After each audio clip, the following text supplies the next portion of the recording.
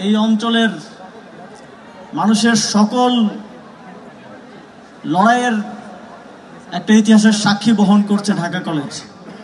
সেই ব্রিটিশ বিরোধী আন্দোলন থেকে শুরু করে সর্বশেষ জুলাই গণঅভ্যুত্থান পর্যন্ত প্রত্যেকটি মানুষের মুক্তির সংগ্রামে ঢাকা কলেজ গুরুত্বপূর্ণ অবদান রেখেছে এবং এর বাইরেও দেশের বিভিন্ন সেক্টরে ঢাকা কলেজের প্রাক্তন স্টুডেন্টরা গুরুত্বপূর্ণ অবদান রেখে যাচ্ছে।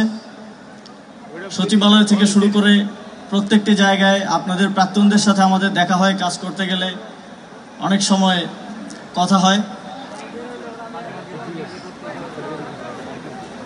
অতীতে 185 বছরের মতো আমি বিশ্বাস করি ঢাকা বিশ্ববিদ্যালয়ের ভবিষ্যতের সময়গুলো হবে আরো বেশি গৌরবের।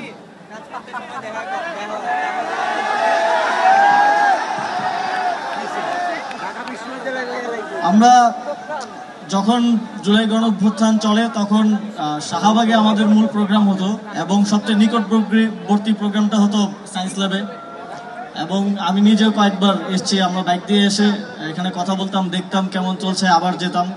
কিন্তু যখন থেকে ঢাকা বিশ্ববিদ্যালয়ে আমরা প্রোগ্রাম করতে পারছিলাম না, আপনারা জানেন যে 2, 3, 4টা বাহিনী মিলে আমাদের উপরে আক্রমণ করছিল।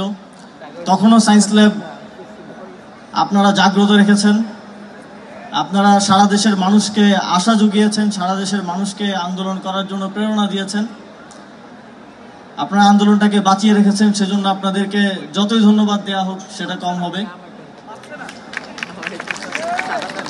আমার মনে পড়ে যখন আপনাদের রিসেন্ট একটা আন্দোলন চলছিল ঢাকা কেন্দ্রীয় বিশ্ববিদ্যালয় প্রতিষ্ঠার জন্য,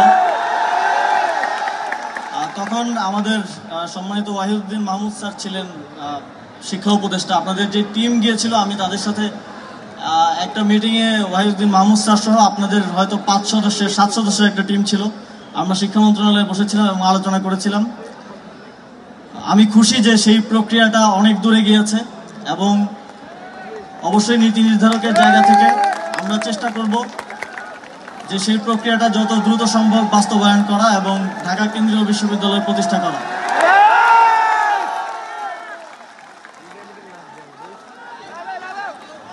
এবং আপনাদের যেই দাবিগুলো আপনারা বললেন, অবশ্যই আমার জায়গা থেকে আমি আমাদের মাননীয় শিক্ষা উপদেষ্টা এবং আমাদের মাননীয় প্রধান উপদেষ্টার নিকট সেগুলো তুলে ধরব এবং আশা করি তাদের পক্ষ থেকে, সরকারের পক্ষ থেকে আপনাদেরকে সুখবর দিতে পারব।